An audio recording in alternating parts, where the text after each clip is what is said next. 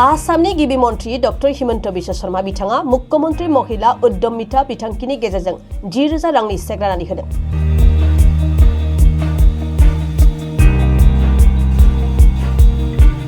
तामुलपुर जिल्लानि बेन्दोंआव थानाय 44 नं गरेश्वर विधानसभा बियाबनि सुक्लाय सेन्ट्रेल स्टेडियामाव मुख्यमंत्री महिला उद्यमिता आसनिनि गेजेरजों गासै 33,816 आइजोफोरनो गिबि खेबनि थाखाय 10,000 रांनि चेक राननानै होदों आसामनि गिबि मन्त्री डॉक्टर हिमन्त बिश्व शर्मा बिथाङा। मख'नो गोनांदि आसामनि दाब दाब जिल्लायावनो गिबि मन्त्री आइजो उद्यमिता अभियान बिथांखिनि गेजेरजों आइजोफोरनो सासेयाव 10,000 राङै अनसुंथाइ राननानै होदों। थिग बेबायदियैनो तामुलपुर जिल्लायावबो दिनै 33,816 आइजोफोरनो गिबि मन्त्री डॉक्टर हिमन्त बिश्व शर्मानि नुजाथिनायाव 10,000 रांनि चेक राननानै होनाय हाबाफारिया जानानै थाङो। बे हाबाफारियावनो आसामनि गिबि मन्त्री डॉक्टर हिमन्त बिश्व शर्मा बिथाङा बाहागो लानानै आसामाव गासै 3,200 कोटी रां होनाय जादों आरो लाखपति बायद' जायैसिम आसाम सरकारा मदद खालामबाय थागोन होननानैबो बुंथिदों गिबि मन्त्री बिथाङा। बेनि अनगायैबो जाय आइजोफोरा 10,000 रांजों मोजां जौगाथायनि खामानियाव बाहायगोन बिथांमोननो 6 दाननि उनाव 25,000 रांनि चेक होनाय जागोन आरो बेनि उनाव 50,000 रां होनाय जागोन होननानै फोरमायदों गिबि मन्त्री बिथाङा। दिनैनि बे चेक राननाय हाबाफारियाव बिटिसिनि गाहाय मावफुं सोद्रोमा हाग्रामा महिलारि, आसाम आयेन आफादनि बुंथिगिरि बिश्वजित दैमारी, आसामनि मन्त्री जयन्त मल्ल बरुवा, आसामनि SRLMनि दिथागिरि कुन्तल मणि शर्मा, मावफुं सोद्रोमा गणेश कसारी, बिटिसिनि हायुङारि गौथुमनि लेङाइ बुंथिगिरि बिजितगोरा नार्जारी, एमसिएलए लक्कीकान्त दास, एमसिएलए महेश्वर बसुमतारी, तामुलपुर जिल्लानि जिल्ला बेंगिरि सिमी करण बिथांजों लोगोसे गोबां दैदेनगिरिफ्राबो बाहागो लादों। माघ बिहुर शुभेच्छा जनालो।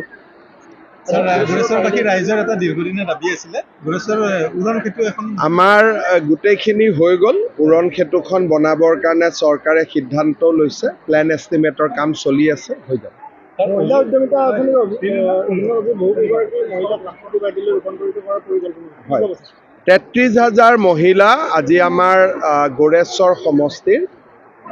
উদ্যমিতা অভিযানৰ প্ৰথম কিস্তিৰ ধন লাভ কৰিব আৰু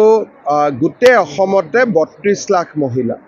এতিয়ালৈকে 18 লাখ মহিলাক আমি পুঁজি বিতৰণ কৰিলোঁ, 10,000 কম। আৰু এই আঁচনিখনে মহিলাসকলৰ মাজত আত্মবিশ্বাসৰো সৃষ্টি কৰিছে, আনন্দ আৰু উৎসাহৰো সৃষ্টি কৰিছে। আমাৰ লক্ষ্য হ'ল এই মহিলাসকলক লাখপতি বাইদেউ হিচাপে নিৰ্মাণ কৰা আৰু বিজ্ঞানসন্মতভাৱে আমি ধুনীয়াকৈ আগবাঢ়ি গৈ আছোঁ। মই ভাবোঁ যে আমি এই কামত নিশ্চিতভাৱে সফল হ'ম।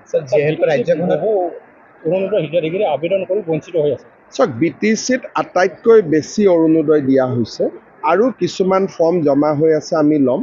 আমাৰ গোৰেশ্বৰ সমষ্টিতে 33,000 মহিলাক আমি দিছোঁ, বাকী জেগাত ইভেন জালুকবাৰীতো ইমান পোৱা নাই। মোৰ তাতে 29,000 পাইছে, ইয়াত 33,000 দিয়া হৈছে। গতিকে যথেষ্ট দিয়া হৈছে, কিন্তু অভাৱ আছে, মানুহক আৰু লাগে, আমি চেষ্টা কৰিম আৰু দিবৰ কাৰণে। গোটেই কথাখিনি ডিপেণ্ড কৰিব যে নিৰ্বাচনী বুজাবুজি কেনেকৈ হয়, আৰু নিৰ্বাচনী বুজাবুজি যি ধৰণে হ'ব সেই ধৰণে আমি আগবাঢ়ি যাব লাগিব। মানে কংগ্ৰেছে ডেডলাইন বান্ধি দিছে, তেওঁ কেতিয়াবা কয় 42টা, কেতিয়াবা কয় 67টা, কেতিয়াবা কয় 126টা। অখিল গগৈক চিৰিয়াছলি নল'ব। অখিল গগৈ লাষ্টত 2টা বা 3টা চিট ল'ব কংগ্ৰেছৰ পৰা আৰু তাতে ইলেকশ্যন খেলিব, কাৰণ তেওঁৰতো ইমান কেণ্ডিডেটো নাই দিবৰ কাৰণে। তেওঁ এনেই মানুহবিলাকক এটা ভালো লাগে শুনি, তেওঁৰ ৰাতি শুনিব, আৰাম পাব। জাতীয় দল আৰু অজিত বুঢ়িয়াৰ দলত কোন আছিল মই নিজেও নাজানো। তেওঁক কোনো পৌৰ নিগমৰ ইলেকশ্যন, পঞ্চায়ত ইলেকশ্যন মই কেতিয়াও তেওঁক দেখা নাই। তেওঁ নিজে আছিলে নিৰ্দলীয়, এতিয়া লুৰিণজ্যোতি গগৈৰ লগত গৈছে, ভাল কথা। কিন্তু ৰাজনীতিক দৃষ্টিভংগীৰ পৰা অজিত ভূঞাৰ কিবা ৰাজনৈতিক প্ৰভাৱ আজিলৈকে মই দেখা নাই, ভৱিষ্যতৰ কথাটো মই নাজানো। স্যাৰ অগপৰ সৈতে চিন্তন মিত্ৰতা সম্পৰ্কিত আমাৰ আলোচনা চলি আছে অগপৰ লগতো চবৰ লগতে আলোচনা চলি আছে 15 ফেব্ৰুৱাৰীৰ আগতে আমি ঠিক কৰি ল'ম স্যাৰ যেহেতু ৰাজ্যত জেহাদি হিফাইছে এনআইৰ ইনভেষ্টিগেশ্যন কেতিয়ালৈকে চলি ইয়াত এনআইএ বহুতকেইটা ইনভেষ্টিগেশ্যন কৰি আছে কেইটামান দিন আগতেতো এনআই ইনভেষ্টিগেশ্যনত কেইবাজনো ব্যক্তিৰ যাৱজ্জীৱন কাৰাদণ্ডও হৈছে বহুতকেইটা কেছ আছে এটা কেছ নহয় কেইবাটাও কেছ আছে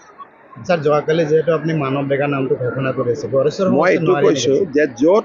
কোনো টিকেট বিচৰা তেনেকুৱা মানুহ নাই গড়েশ্বৰ তামোলপুৰত সমস্যাটো হ'ল যে কোনে খেলিব এতিয়ালৈকে এইটোৱে ঠিক হোৱা নাই স্যাৰ গতিকে- এইবাৰ নতুনক বেছি প্ৰাধান্য দিম বুলি কৈছে নতুনে এনেই প্ৰাধান্য পাব কাৰণ নতুন সমষ্টি হৈছে ধৰক এটা গড়েশ্বৰে নতুন সমষ্টি গতিকে কেণ্ডিডেটটো নতুন হ'বই লাগিব গতিকে মই দিব খোজোঁ বা নোখোজোঁ যোন দলে গড়েশ্বৰত কেণ্ডিডেট দিয়ে এইটোতো নতুনেই হ'ব লাগিব পুৰণা কেনেকৈ হ'ব নতুন সমষ্টি হ'ব পৰিষদীয় নিৰ্বাচনত বিজেপিৰ যিসকল পাৰিষদ জয়ী হৈছিল কোৱা হৈছিল তেওঁলোকে জয়ী হ'লে কাৰ্যকৰী সদস্যত্ব দিয়া হ'ব কিন্তু পূৰ্ণাংগভাৱে দিয়া হোৱা নাই